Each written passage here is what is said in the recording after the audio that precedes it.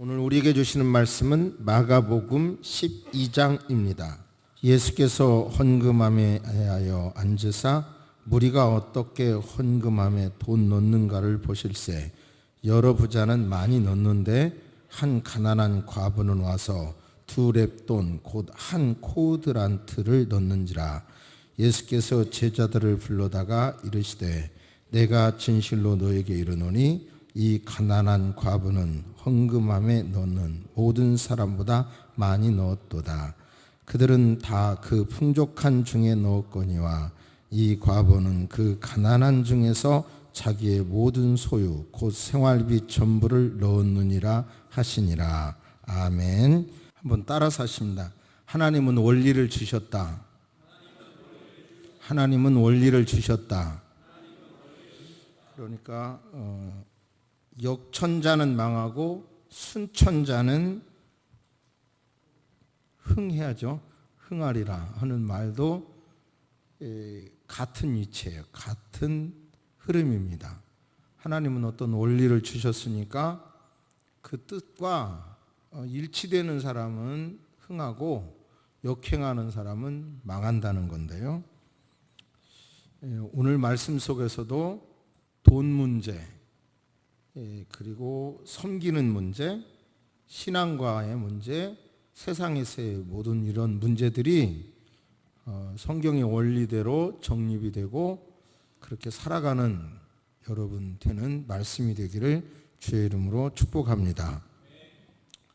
우연히 조승연 작가라고 소개하더군요. 그분에 대한 보도를 보고 찾아봤어요. 그런데 5개 국어에 능통하다고 그래요. 어디는 능통하다고 그러고 어디는 영어, 불어, 이탈리아에는 능통하고 독일어, 라틴어는 독해 수준이고 최근도 새로운 언어를 배우고 있다 이렇더라고요. 그런데 본인 자신은 암기하는 게 싫고 단순 반복이 싫어서 별로 언어에 관심이 없었는데 한 가지 원리를 깨닫고 미국의 명문대학에서 공부하면서도 언어에 대한 어려움을 겪지 않고 유학을 마칠 수 있었다라고 하더군요.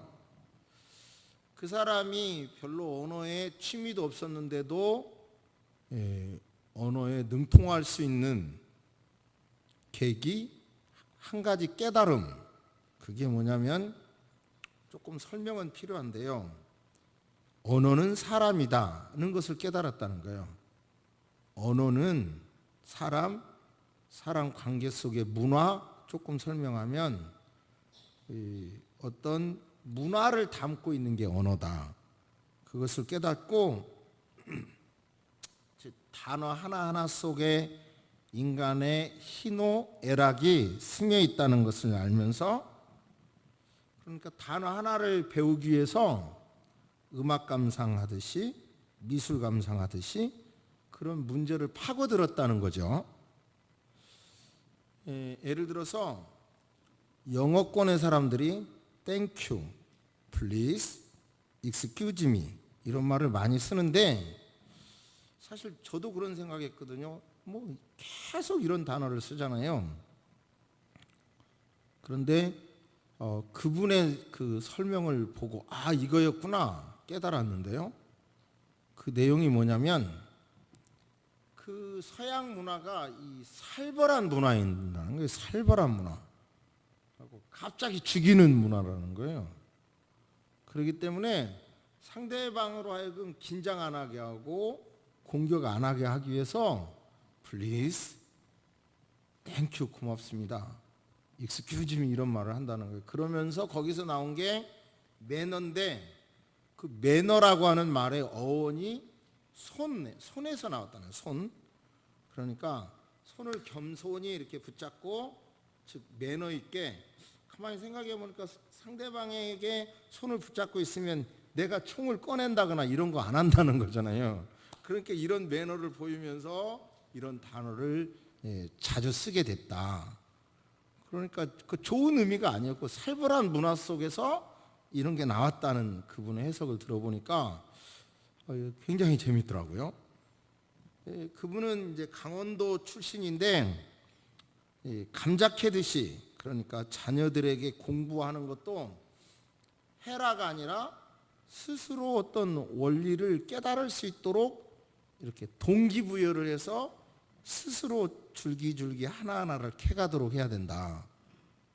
그러면서 자기 자신의 연구 영역도 이렇게 그분은 이제 그물망이라는 공부법에 관한 책이 많더군요. 몰랐는데. 그런데 공부법에 관한 책만으로도 인세가 1년에 7억씩 들어온다 그래요. 오, 대단하죠. 그러니까 이분이 말한 그물망 공부법이라는 것도 고구마를 하나씩 해가는 뭐 그런 방법이죠. 저도 비슷한 취향은 있는데, 예를 들어서 요즘 자꾸 이렇게 코가 말라요. 그리고 코가 많고 콧속이 마르고, 그래서 어느 날 왜 이러지? 이렇게 생각을 해봤어요. 그랬더니 결론이 이게 미세먼지하고 관련이 있겠다. 내가 물을 더 먹어야 되겠다는 생각도 했고요. 그러면서 생각해 보니까 제가 무식해가지고요, 황사와 미세먼지를 제가 구분을 못했더라고요. 황사는 모래나 이런 자연에서 나오는 거고, 미세먼지는 화학 그런 석탄이나 전기를 만들기 위하여 석탄을 떼잖아요. 그리고 자동차 기름을 쓰잖아요. 이런 것 속에서 이제 나오는 그런 거고요. 근데 이 심각한 것이 우리 한반도하고 접한 중국의 그 동부 삼성이라고 그러나요? 그 지역이 미세먼지가 굉장하더라고요. 그러니까 자동차가 베이징에서 어느 정도 연식이 된 거는 사용을 못 하도록 막으니까 그런 썩은 차들이 그쪽이 와서 운영이 되니까 거기 차마다 막 엄청난 걸 쏟아내는 거고, 그것이 지금 우리가 말하는 이 미세먼지가 돼버린 거더라고요. 그죠? 그럼 우리가 만드는 거예요, 이 미세먼지를. 그러니까 그럼 나는 어쨌든 어떻게 해야 이 미세먼지를 없애지? 이건 뭐 큰 영역은 기회가 있으면 다음에 얘기하고, 나 자신은 어떻게 해결해야지? 당장 마스크를 써야 되겠는데, 제가 폐를 잘랐잖아요. 그냥 조금만 답답해도 싫거든요, 제가. 그래서 마스크 쓰는 걸 몇 번 시도를 했는데 하여튼 잘 안 되고 있고요. 음식은 어떻게 먹어야 이걸 해결하지? 흔히 하는 말로 삼겹살 많이 먹어야 된다 그러잖아요. 근데 자세히 찾아가 보니까 삼겹살은 아니더라고요. 가장 좋은 게 고등어더라고요. 참. 고등어 덕을 내가 많이 보는 것 같다는 생각을 했고, 고등어, 미역, 마늘 이런 거더라고요. 즉 이런 식으로 저는 어떤 한 사건이 내게 와 닿으면 이렇게 조금 영역을 넓혀가면서 이렇게 연구해 가요. 이렇게. 그러니까 책을 읽는 것도 재밌죠. 이런 경우는 뭘 암기할 것도 없고, 제가 지금 원고 없이 금방 이 말 된 거거든요. 그러니까 이런 식으로 넓혀가야 된다는 거예요. 아무튼 그 사람 이름도 기억했다가 한번 그 책도 한번 보기를 바라고요. 문제는 오늘 읽은 본문 말씀이 교회가 헌금이 필요할 때 꼭 등장되는 말씀이에요. 그런데 다시 말씀드리지만 저는 이제 어려서부터 교회를 다녔고요. 그렇지만 설교를 하게 될 때는 내가 알았던 모든 지식은 내려놓고 본문을 그때부터 접근을 합니다. 제가 가진 지식이나 이런 것을 토대로 본문 자체를 이렇게 접근하거든요. 그런데 우리가 전통적으로 본문은 헌금을 하라라고 하는 거였는데 그거가 아니더라고요. 이 본문 말씀이 그렇게 많이 사용되어 왔지만 그런 뜻이 아니에요. 그러면 이 본문의 진짜 뜻이 무엇인지, 이 본문 하나를 잘 알면 돈과 또 일반 세상 삶, 우리가 어떻게 살아야 되는 건지 이 돈 문제와 관련된 많은 문제가 줄기줄기 다 나올 수 있는 큰 핵심적인 문장입니다. 그 유명한 말씀에서 어떤 말씀이 들려질 것인지 한번 상상해 보시기 바랍니다.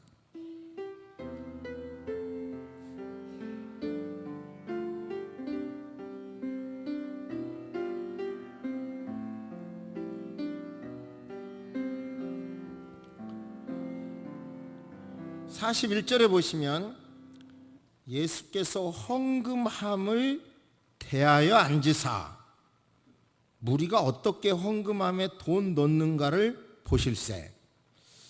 여기서 한번 생각해 보세요. 우리가 지금 생각하는 예수님과 그 당시 이 사람들이 생각하는 예수님과는 하늘과 땅 차이죠. 예를 들어서 강대상에 헌금을 올려도 제가 헌금 개봉 안 합니다. 거의 붙잡고 기도만 하죠. 안 해요. 뭐 바로 보면 재정부에서 처리를 하시고, 새벽기도 같은 때 한두 번이 헌금을 해도 기도만 하고 저는 개봉 안 해요, 그걸. 근데 예수님이 무슨 권한으로 헌금하는 걸 이렇게 지켜봤단 말이냐, 그렇죠? 거기서부터 조금 저는 의아했어요. 그랬더니 좀 배경을 좀 설명이 돼야 되겠더라고요.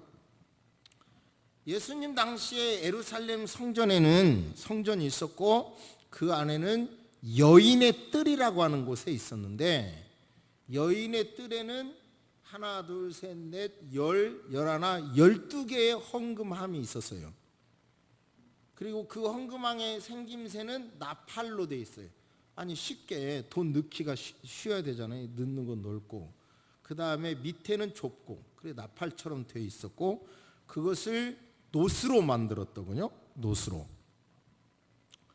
이제 그렇게 된 걸 예수님은 여기서 보셨다라고 하는 말은 우연히 지나가다 보신 게 아니라 계획적으로 보신 거예요. 왜냐하면 이 사건을 통해서 아주 커다란 메시지를 주기 위해서 계획적으로 예수님은 보셨어요. 근데 그 13개의 헌금함이라고 그랬는데, 사실 헌금이라고 번역하는 것보다 연보라는 번역이 더 맞다는 생각이 들고요. 한문으로 보면 연보.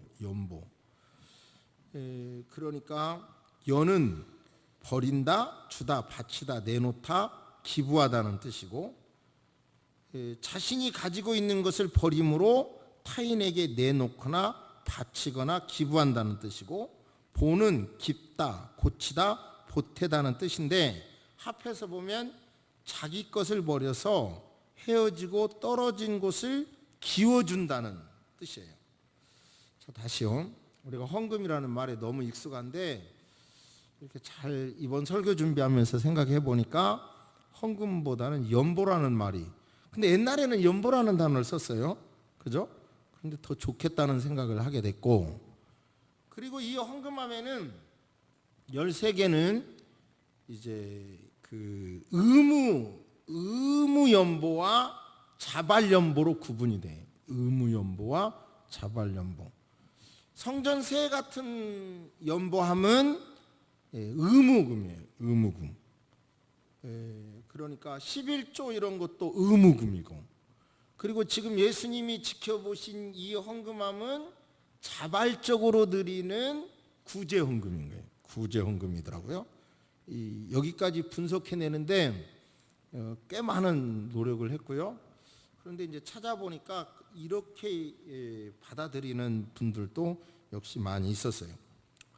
그러니까 이제 그 문제가 헌금하는 것을 지켜보다가 연보함에 부자가 헌금하고 지나가고, 그 중에서 또 한 명이 등장하게 되는데, 가난한 과부가 또 그 자발 헌금에 헌금하는 거예요. 여기까지는 예수님과 제자들이 여러 사람들이 있는 데서 함께 본 거고요. 그 다음에 예수님께서 제자들을 불러 모으시고 제자들만에게 말씀하시기를, 내가 진실로 너에게 말하는데, 아까 그 가난한 과부 있잖아, 그 과부가 우리가 봤던 헌금함에 돈을 넣었던 많은 양의 돈을 넣었던 부자보다 더 많이 넣었다 이러거든요. 그러면 여기서 이 여인이 넣은 돈은 한 쿼드란트라고 그러는데요. 이제 오늘날 돈으로 제가 환산을 해봤어요. 쉽게 여러분도 아시는 대로 쉽게 말씀드리면 한 데나리온은 노동자 하루의 품삯이라고 하니까 쉽게 10만 원으로 보면요. 이 쿼드란트는 데나리온의 64분의 1이더라고요. 64분의 1. 그러니까 계산하니까 10만 원이라고 하면 1,500원 정도인 거예요. 그러니까 아까 제가 나팔 형태로 된 헌금함에 부자가 돈을 넣으면 생각을 해보세요. 한 주먹을 넣는 거예요. 그때는 지폐가 없잖아요. 수표도 없고. 한 주먹을 넣으면 뚜르륵 하고 내려가겠죠. 노시니까. 이제 그때 제사장에게 보이고 넣은 거예요. 그리고 가난한 과부가 제사장에게 참 이걸 내놓는 것도 참 이게 죄송합니다. 이런 때는 이런 단어가 딱 어울려. 쪽팔리지 않겠어요? 쪽팔리게 이렇게 내놓고 그걸 이렇게 넣을 때 때르릉 이렇게 굴러가지 않겠어요? 근데 그 당시 문화가 돈이 있는 사람이 그렇게 구제연금을 많이 넣으면 존경한단 말이에요. 존경하는 문화가 있어서 사람에게 보이려고 부자들이 그런 일을 많이 했던 문화고, 이 돈을 이렇게 넣으면서 굉장히 부끄러웠는데 이 여인은 뭐냐면 생활비 전부를 드렸다는 거고, 예수님의 평가는 단순 화폐 가치의 평가가 아니라 삶의 수준으로 볼 때 더 많이 드렸다 이렇게 본 거고요. 그러면 이 말씀을 좀 더 깊이 이 말씀을 드리면, 이 말씀을 근거해 가지고 예수님 진짜 제가 아는 분 가운데 기도만 시키면 꼭 이 기도하는 분이 있었어요. 예수님, 가난한 과부의 2렙돈을 받으신 예수님, 우리가 드리는 작은 돈의 헌금이라도 받아주세요. 꼭 이래. 그렇게 써먹는 본문은 아니에요. 이분은, 이 가난한 과부는 전체를 드린 거예요, 삶에. 또 그 다음에 이 본문을 가진 돈, 하나님을 위해서 가진 돈 전체로 헌금해야 합니다, 요렇게 설교하는 것도 성경의 뜻과 안 맞아요. 이것도 왜 안 맞냐면, 모두에게 그렇게 한 것이 아니라 제자들만 따로 불러다가 아까 그 여인은 많은 헌금을 했다 이렇게 말씀했잖아요. 그러니까 이것은 모두에게 대상이 아니라 특별히 지금 헌신하기로 나선 이 제자들에게 주신 말씀이에요. 이 차이가 저는 굉장한 차이였거든요. 이런 거죠. 이 제자들은 그물도 버려두고 배도 버려두고 처자식도 버려두고 직장도 버려두고 예수님을 따랐단 말이에요. 근데 따르는 중에 미래가 불안하겠어요? 안 불안하겠어요? 내가 이분의 줄을 지금 잘 쓰고 있는지 못 쓰고 있는지 늘 궁금한 거예요. 제가 아는 어느 여자 교수 남편이 전라남도 저 아래 지역에서 지난번 국회의원 출마했다가 떨어졌어요. 근데 이번에 이제 다시 나오려고 막 하는데, 처음에 저 무슨 당에 줄 설까 되게 고민하더라고요. 근데 결국은 그 국민당의 그 아주 그 중요한 인물이 지역구기 때문에 제가 보니까 나오지도 못했던데요. 그러니까 이 제자들도 내가 이 예수님 줄을 서가지고 내 미래가 뭐가 보장이 될 것인지 안 될 것인지 궁금한 거예요. 그 상황에서 여인이 생활비 전체를 드렸으니까, 저렇게 전체를 드린 여인이 어디 미래가 궁금한 너희들이여, 제자 여러분 굶어 죽나 어디 한번 두고 보세요, 이런 의미도 담겨 있고요. 그러죠? 그리고 이렇게 이 탈락 요거밖에 한 1,500원밖에 안 되는 생활비밖에 없는 이 여인이 되도록 만든 사회 구조나 종교적인 구조도 각성해 하라는 의미가 담겨져 있는 거고, 저는 그렇게 봤어요. 그리고 무엇보다도 저는 오늘 설교에서 이 사건에서 하나님을 신뢰해야 된다. 미래에 대해서. 그것이 핵심이구나. 저는 그렇게 본문을 봤습니다. 다시 정리합니다. 이 본문은 설교를 동전 몇 개만 해도 된다 이런 본문도 아니고, 다 헌금을 하라 이것도 본문도 아니고, 주님을 따르는 사람들에게 하나님은 신실하신 하나님이다. 너의 미래를 책임져 주신다 라고 하는 것이 그 드림의 헌신의 결과로 하나님께서는 그런 자들을 책임져 주신다라고 하는 것으로 저는 이 본문에서 예수님이 의도하신 내용이라고 봤습니다. 이런 평가가 이제 더 학문적으로 연구되고 논문으로 좀 더 연구를 해봤으면 좋겠는데요. 아무튼 저와 여러분들은 확실한 것은 하나님을 믿으면서 하나님께서 저와 여러분의 미래를 책임져 주실 거라고 하는 신실하신 하나님이라고 믿는, 내 미래를 책임져 주실 것이라고 믿는 믿음이 여러분에게 있기를 주의 이름으로 축복합니다. 할렐루야. 저는 달러를 많이 접해 본 사람은 아닌데요, 이 달러 안에 기록된 그 것이 뭡니까? 다 기록됐다고 그래요. 1달러부터 100달러까지. In God we trust. 우리는 하나님을 신뢰한다. 이렇게 써졌죠. 기억해 보세요. 그러니까 이 달러를 쓰는 이 사람들은 뭐니 해도 뭐니가 최고야. 그 노래도 이 설교 준비하면서 보니까 대단한 철학이 있더라고요. 그렇게 계속 나갔으면 아주 나빴을 건데, 그래도 돈 많은 것도 좋겠지만 마음씨 좋은 남자가 최고야. 이런 말을 하대. 노래말 보니까 머니가 나를 약 올려 화나게 이러는데 상당한 철학이 있더라고요. 그런데 이 하나님도 이 머니는 굉장히 그 능력을 인정하죠. 그래서 하나님과 돈을 겸하여 섬길 수 없다고 할 만큼 이 돈은 굉장한 능력이 있는 거예요. 이런 상황에서 저와 여러분들은 돈의 문제에 있어서, 현실의 문제에서 돈보다도 하나님을 더 신뢰하시는 신앙을 가지시기를 주의 이름으로 축복합니다.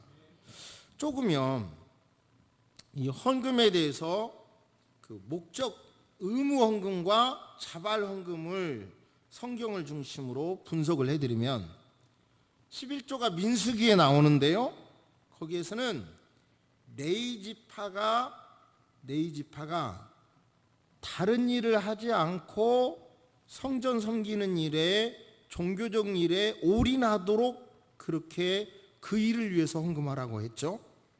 그러니까 레위지파는 땅도 갖지 말고 온전히 그 일을 위해서. 역대기하의 11조도 성전의 제2가 마비된 상태에서 히스기야 왕이 제사장들과 레위 사람들이 율법을 가르치고 연구하는 데만 전념하면서 생계를 꾸려가도록 만든 거가 주장된 것이 바로 역대기의 11조고요. 느헤미야서에서의 문제도 똑같이 레위 지파와 제사장들로 하여금 성전의 고유 업무인 제사 기능을 회복하도록 하는 일을 하기 위하여 바로 느헤미야에서 11조가 강조됐고요. 말라기서에서는 바른 예배 회복을 위하여 바로 그 제사 드리는 레위인과 제사장을 위해서 드리라는 거고, 그 다음에 11조 안에는 일부 부분 가난한 사람을 도우라고 하는 11조 부분도 있고요. 그래서 우리는 의무 헌금도 있고 그 다음에 그 자발적인 헌금도 있는데, 저는 어렸을 때 교회에서 시골 교회에서 신앙생활을 했는데요, 지금도 그런 생각을 하면 신선하게 느껴져요. 그게 뭐냐면 겨울이 들어서면서 시탄 헌금을 해요. 시탄 헌금. 그게 뭐냐면 이제 연탄을 그 당시 다 떼잖아요. 그러니까 이 교회가 겨울을 지나기 위해서는 연탄이 필요하다. 그런데 이 연탄을 이렇게 조금씩 사다가 쓰면 그게 가스가 많이 나잖아요. 그러니까 좀 말려가면서 쓰기 위해서 연탄을 한꺼번에 좀 사놓자. 그래서 시탄헌금을 교인들이 다 하고 그 무렵에 이제 김장도 하니까 같이 그런 헌금하는 모습을 봤는데요. 그러니까 따지고 보면 혹시 교회 나오신 지 얼마 안 되시는 분, 여러분이 헌금하는 거 제가 절대 먹지 않습니다. 혼자 다 놔준다고 생각하면 큰일이에요. 교회 따지고 보면 우리 교회에 예산 쓰는 것도 홈페이지까지 올린 적이 있는데요. 그렇게 뭐 어두운 데 쓰는 거 하나도 없어요. 다 따지고 보면 이 예배 공간을 위해서 쓰고 있는 거고, 그리고 한 가지 아쉬운 것이 있다면 좀 주인의식도 우리 교인들은 가질 필요가 있어요. 뭐 성경대로 살기를 원한다고 하면 아까 말씀드린 대로 구약의 내용을 자세히 보면 이 제사장이나 레위인이 올인하도록, 그 일에 올인하도록, 그 섬기는 그 일에 올인하도록 헌금을 해준 거가 원리예요. 원칙이에요. 그러니까 여러분의 목사가 굶는지 안 굶는지 봐줘야 돼요. 나는 웬만하면 이게 굶어도 굶는다고 말 안 하잖아요.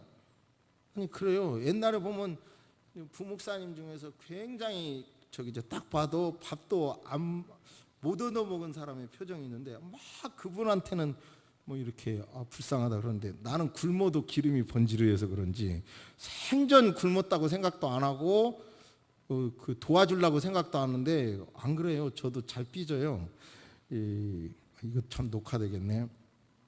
근데 아무튼 이런 교회를 섬기면서 이런 원리가 있다는 거를 적어도 알아야 마음이 크고 믿음이 크고 그 그릇에 맞춰서 하나님께서 부어주신다는 것을 믿으시기를 주의 이름으로 축복합니다. 할렐루야. 그러니까 아니 와주기만 해도 나는 고마운 거야. 그러면 그 신앙으로 만족하세요. 저는요, 하나님 앞에 제가 여러 차례 말씀했지만 옛날에 서울에서 목회할 때, 거기 목회하다 일로 이전해 왔는데, 재직회, 그 당시 장로님도 안 계시니까 재직회를 많이 했는데, 재직회 할 때마다 막 따지는 사람이 있었어요. 근데요, 제 머리가 얼마나 좋냐면요, 따질 때마다 속으로 가만히 쳐다보면서 당신은 금년 1월 달에 헌금 얼마 했고, 2월 달에 헌금 했고, 3월 달에 헌금 했고, 4월 달에 헌금 했고, 작년에 12달에 해봐야 헌금하고, 토탈 합해봐야 이거밖에 안 되겠구만. 교회에서 먹은 점심값도 안 되겠구만. 이 계산이 내 머릿속에 쏙 들어오는 거예요. 그래서 제가 그때부터 개인이 헌금한 액수를 안 봤어요. 왜냐? 사람을 헌금 보고 판단 안 하려고. 그런데 문제는 목사는 그런 마음을 갖는다고 하더라도 교회 중진들은, 열심히 다니는 사람은 적어도 우리 교회 재정을 위하여 자꾸 신경 쓰고 뭔가 부족하면 이걸 어떻게 채워야 되지, 내가 11조 해야지, 안 하면 저 목사님 뭐 어렵겠네, 교회 어렵겠네, 이런 주인의식이 있을 때 교회가 교회되는 거예요. 아무도 주인의식을 안 갖는데 목회할 사람 대한민국에 없어요. 아무튼 이 말씀의 본문은 다시 중심이 하나님을 신뢰하라는 겁니다. 여러분의 미래가, 대한민국의 상황이 어떻게 되더라도 저와 여러분이 믿는 하나님, 우리가 주를 위하여 부족할지라도 헌신한 만큼 하나님께서는 조금도 계산에 착오 없이 보상해 주시고 지켜주실 줄로 믿습니다. 신실하신 하나님이 어떻게 여러분에게 접근하실 건지, 도와주실 건지 한번 생각해 보시기 바랍니다.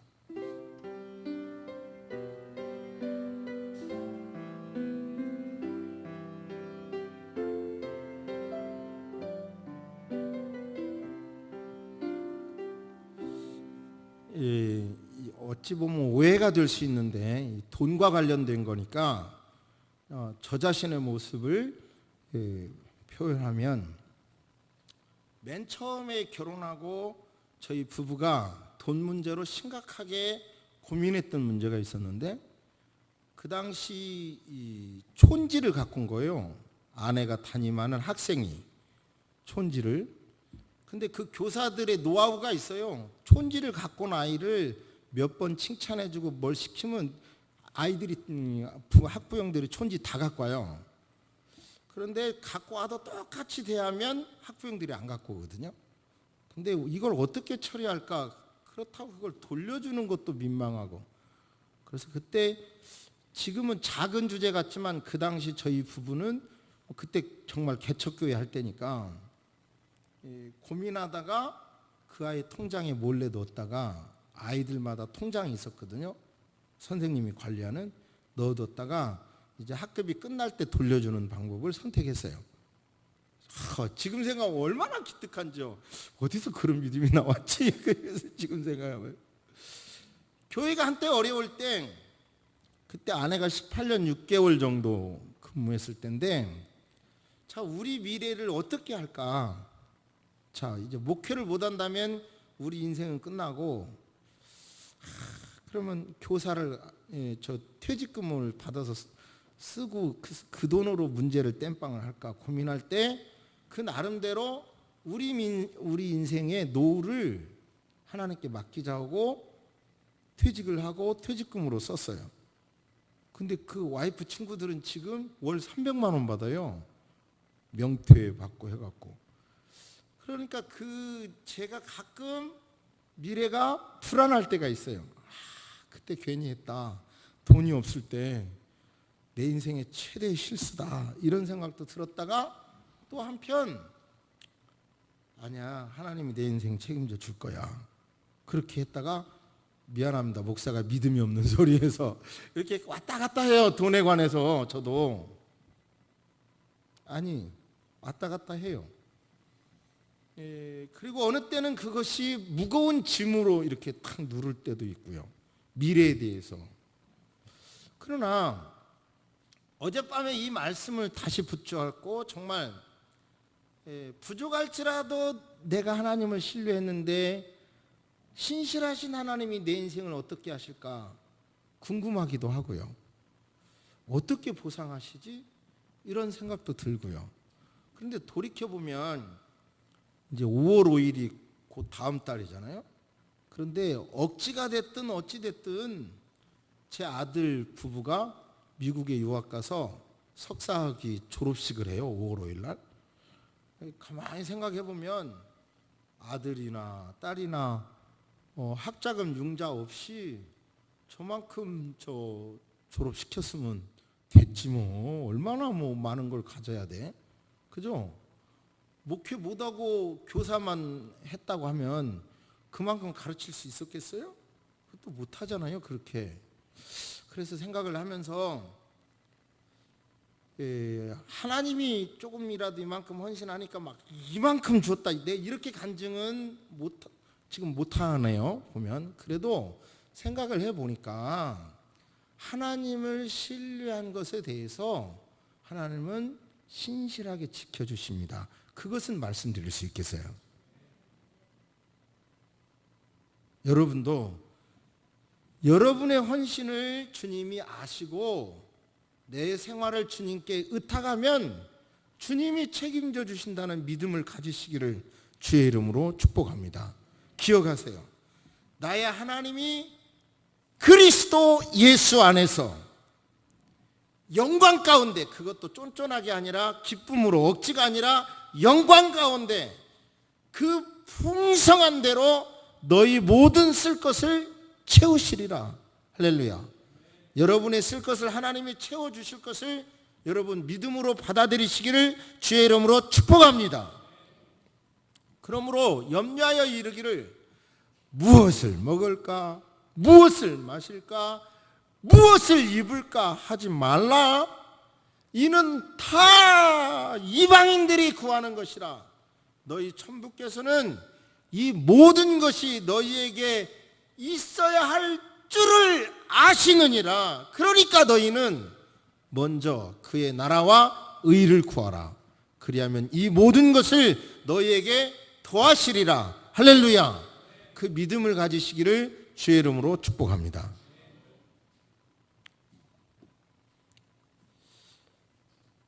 사실 아까 권사님 기도가 무슨 정치 연설만큼 현재 문제를 명확하게 짚어서 기도하셨는데, 정말 우리나라를 위해서 지금 그렇게 기도할 때예요. 우리나라를 위해서. 저 이북에서 하고 있는 일들이 뉴스로 나오잖아요. 이제 이동식 미사일 발사대에서 팡 쏜다면, 그게 성공한다면, 이동식은 고정돼 있지 않고, 이동식은 뭐 패트리어트나 뭐 이런 걸로도 못 잡는다는 거예요. 그래서 무서운 거예요, 이동식은. 근데 거기에서 이번에 실패는 했지만 그게 성공하면 미국 본토까지 날아간다는 거예요. 얼마나 무서운 현상이에요, 이게. 우리는 나라를 위해서도 기도해야 할 일이고요. 우리가 아는 대로 잘 사는 일본 나라 있잖아요. 일본에도 우리나라 고시원 있잖아요. 고시원, 쪽방, 그거보다도 더 좁은 그런 데서 잠잘 집이 없어서요, 그런 데서 떠도는 사람들이 부지기수예요, 일본에도. 그런데 그런 현상이 지금 대한민국에 막 몰려오고 있어요. 그러니까 결국은 개인도 노력해야 되지만 우리 사회, 국가 전체가 정말 바른 방향으로 가야 되거든요. 우리의 경제 문제에 정말 바른 방향으로 가야 돼요. 그러니까 나 혼자 잘 되고 하는 것 떠나서 모두 잘 돼야 돼요. 여러분, 그런 가슴으로 나라를 위해서도, 즉 경제를 위해서도 모두 잘 돼야 된다는 마음으로 기도하시기를 주의 이름으로 축복합니다. 여기서 예수님께서 그 달랑 생활비가 없는 그 여인의 헌금을 제자들에게 더 많은 걸 드렸다. 저는 눈에 안 보이지만 그 여인이 그렇게 되도록 만든 나라를 위해서도 너희들 기도하고, 너희들이 종교 생활을, 종교 지도자가 되면 그런 문제가 해결하도록 기도하고, 그리고 하나님의 축복도 기대하라, 이런 메시지로 저는 봤고요. 여러분요, 이 말씀을 실제로 체험하는 여러분 되시기를 주의 이름으로 축복합니다. 한 가지만 더 말씀드리면, 이 종교가, 우리나라 종교도 불교나 유교나 어떤 이런 종교들이 다 기득권에 힘을 가진 사람들의 옆에 있었어요. 그런데 종교로서 초대 교회, 이 개신교는 가난한 사람들의 어려움과 함께해요. 그러면서 힘을 받습니다. 그러니까 우리는 지금 모두 다 함께 잘 살 수 있도록 이런 여인이 나오지 않는 사회가 되고, 이런 여인이 살아갈 수 있는 제도가 되고, 종교의 시야가 그런 데를 바라보게 하고, 그리고 한편 그렇게 살아가는 사람이 하나님께서 돌봐주신다는 믿음도 갖고, 이런 전체적인 것을 바라보고 기도하시고 그렇게 살아가시는 여러분 되시기를 주의 이름으로 축복합니다. 할렐루야. 잠시 묵상하십니다.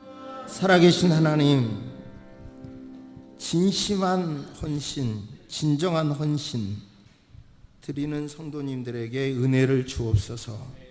사실 멀리서 보다가 보면 힘들 일도 없고 상처받을 일도 없는데, 나름대로 중심으로 헌신하다가 더 상처받을 수도 있고 힘들 수도 있는 것이 사실입니다. 그런 성도들을 세워주시고 회복시켜 주시고 축복해 주옵소서.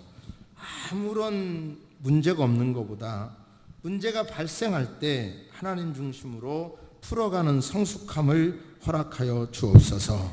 오늘 본문에서 통해서 들려주신 말씀을 통하여 아버지 하나님, 이 사회 구조가 이런 가난한 여인이 없도록 되어지게 하시고, 종교 구조도 이런 사람들을 세울 수 있는 구조가 되게 하시고, 또한 자기 믿음대로 주를 위하여 헌신하는 사람들에게 분명하게 축복해 주시는 것도 보여주실 줄로 믿습니다.